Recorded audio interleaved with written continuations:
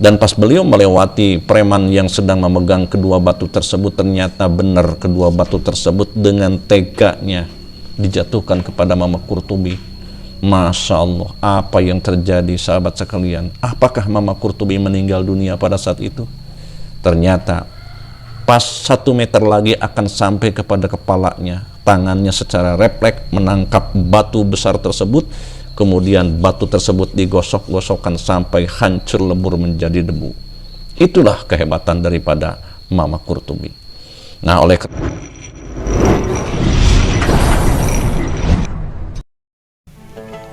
Assalamualaikum warahmatullahi wabarakatuh. A'udzubillahi minasyaitonirrajim. Bismillahirrahmanirrahim. Nahmaduhu wa nusallimu ala sayyidina Muhammadinil karim wa ala alihi wa sahbihi ajma'in, amma ba'du. Wa qala illahi anta maksudi wa ridhaka matlubi atini mahabbataka wa ma'rifataka. Jumpa kembali dengan saya di channel Ide Tokoh. Apa kabar semuanya? Semoga Anda sehat selalu dan selamanya diberikan kemudahan rezeki yang halal juga berkah dan tanpa batas. Dan dalam takdir yang kita jalani ini selamanya mendapatkan kasih sayang dari Allah Subhanahu wa Ta'ala, sehingga kita selamat untuk melaksanakan tugas masing-masing. Jumpa di kesempatan kali ini berawal dari pengalaman spiritual saya ketika saya merenung tentang diri, ya, bahwa kita harus kembali kepada Allah. Tentu saja kita harus mendapatkan kebenaran, dan kebenaran itu datangnya dari Allah melewati para ulama yang kita temui. Dan sekitar tahun 1837 di Jawa Barat ini lahirlah seorang bayi yang kelak kemudian hari nanti beliau menjadi seorang ulama besar yang bernama yaitu Mama Satibi, atau yang terkenal dengan nama Ang Nuh Gentur. Nah, sahabat sekalian, perjuangan yang dilakukan oleh Ang Nuh Gentur atau Mama Satibi ini berbarengan dengan Mama Qurtubi, adiknya yang terkenal dengan Mama Kidul. Jadi ada Mama Kidul, juga ada Mama Kaler. Ya, kalau Mama Kaler berarti kakaknya, yaitu Ang Nuh Gentur. Kemudian kalau Mama Kaler berarti adiknya. Perlu kita contoh, sahabat sekalian, bahwa kedua ulama ini berbarengan gitu dalam berjuang untuk mengembangkan Islam di Jawa Barat, khususnya itu daerah Cianjur, ya. Dan ini menjadi contoh bagi kita, ya, karena dalam persaingan agama itu bukan hanya dengan orang lain, ya, terkadang dengan keluarga sendiri saja ada suatu persaingan. Dan menurut saya bagi seorang sufi tidak ada persaingan. Justru mereka yang paling mengalah itulah yang akan menang dalam urusan hati.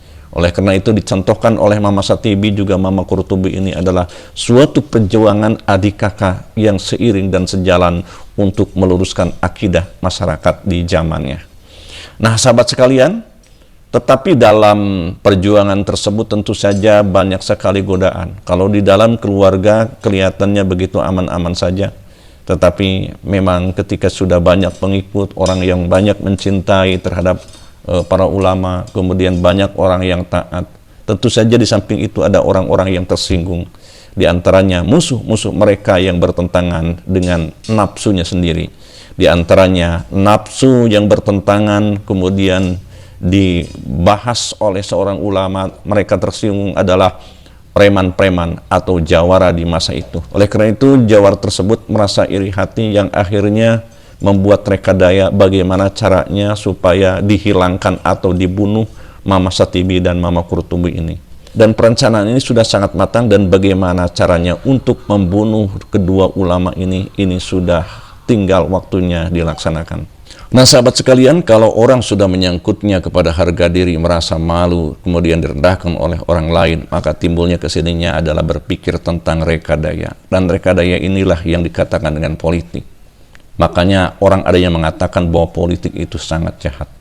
Karena demi harga dirinya, demi kemenangannya, terkadang bukan hanya dengan kebohongan-kebohongan yang dilontarkan.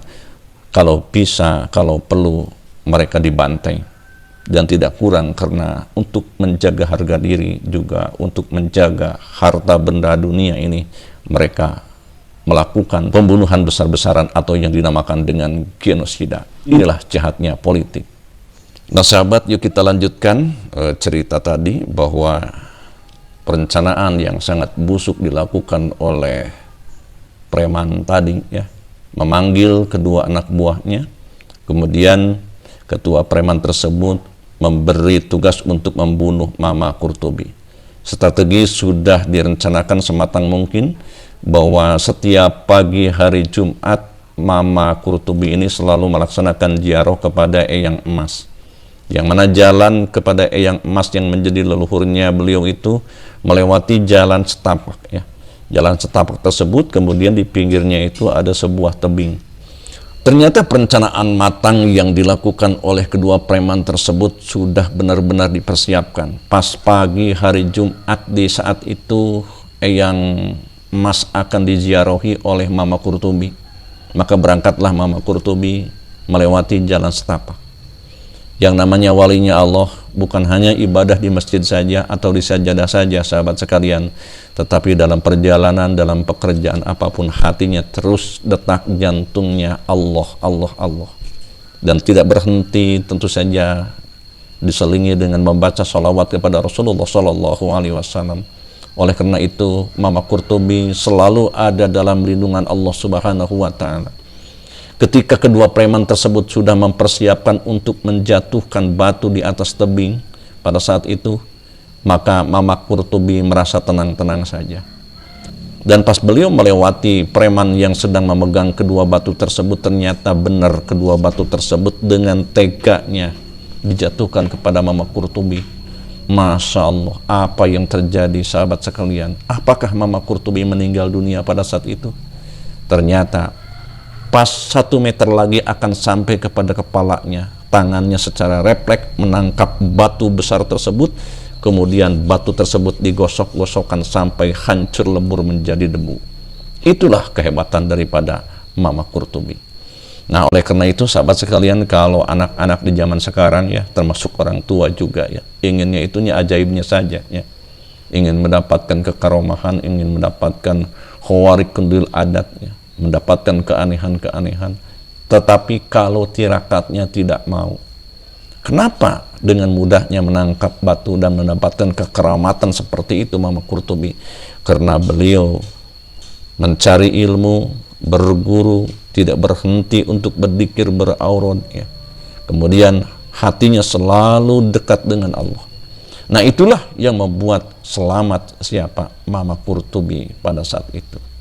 Nah, kemudian rencana untuk membunuh Mama Satibi ini akan dilakukan oleh ketua preman langsung, karena ia merasa percaya diri, merasa gagah, dan merasa jawara, sehingga hanya untuk membunuh Mama Satibi satu saja ia akan mampu. Tetapi tentu saja harus ada permasalahan, yaitu harus dipancing dulu amarahnya dengan cara bahwa ketua preman tersebut mancing belut depan rumahnya. Kejadian tersebut memang sudah diketahui oleh Mama Satibi, karena beliau sudah mukasyafah warusadurung winarah. Apa yang akan direncanakan oleh ketua preman tersebut sudah ditangkap langsung oleh Mama Satibi, isi daripada niat jahatnya tersebut. Pada saat itu malah Mama Satibi itu mengambil ikan yang paling besar yang ada di belakang rumahnya. Jadi kolam di belakang itu ada ikan gurame, ia ambil. Dan kemudian ikan tersebut diserahkan kepada ketua preman tersebut. Kisanak, ini lumayan ikan gurame, bawa ke rumah ya buat anak dan istri. Daripada lama-lama kamu mancing belut di sini, lebih baik ini saja bawa. Tetapi kalau kamu pingin ikan belut, ya, mau ngurek di sini, ya terusin aja, nggak apa-apa. Karena memang belut itu jahat. Pematang kolam saya itu banyak dilubangi oleh belut. Nah, sahabat sekalian, akhirnya ketua preman tersebut untuk membunuh Mama Satibi tidak jadi. Ia merasa bingung, merasa malu, ya. Apa yang terjadi? Ketika itu ia terpaksa menerima ikan tersebut dan mengucapkan terima kasih kepada Mama Satibi. Itulah gitu, akal dan rekadaya yang dilakukan oleh preman tadi ternyata tidak berhasil. Dan dengan mudahnya Mama Gentur ini untuk menaklukkan hati ketua preman tadi, yang akhirnya sahabat sekalian diceritakan bahwa ketua preman dengan 2 anak preman tadi menjadi orang yang rajin beribadah, datang ke masjid, selalu mengikuti pengajian, bahkan menjadi santrinya Mama Satibi. Oleh karena itu, sahabat sekalian, apabila kita mempunyai musuh yang memusuhi kita, maka ikutilah apa yang dicontohkan oleh Mama Satibi, ya. Karena Mama Satibi itu kepada orang yang berbuat jahat, malah beliau berbuat kebaikan. Nah, sahabat sekalian, berkah daripada sholawat kepada Rasulullah Sallallahu Alaihi Wasallam yang dilakukan oleh Mama Satibi, juga yang dilakukan oleh Mama Qurtubi, ternyata benar-benar terjadi. Dengan membaca sholawat dan selalu hati kita berzikir kepada Allah, maka kita semuanya akan diberikan ketenangan, dan tenang itulah yang akan menjadi sumber keselamatan bagi kita, baik untuk di dunia maupun di akhirat. Saya Abu Zamzam dari channel Ide Tokoh mengucapkan terima kasih yang sebanyak-banyaknya. Jangan lupa Anda untuk membuka video-video lain di channel Ide Tokoh ini, dan jangan lupa Anda pantau video-video kami yang terbaru. Terima kasih atas segala perhatian, mohon maaf atas segala kesalahan. Billahi taufiq wal hidayah. Wassalamualaikum warahmatullahi wabarakatuh.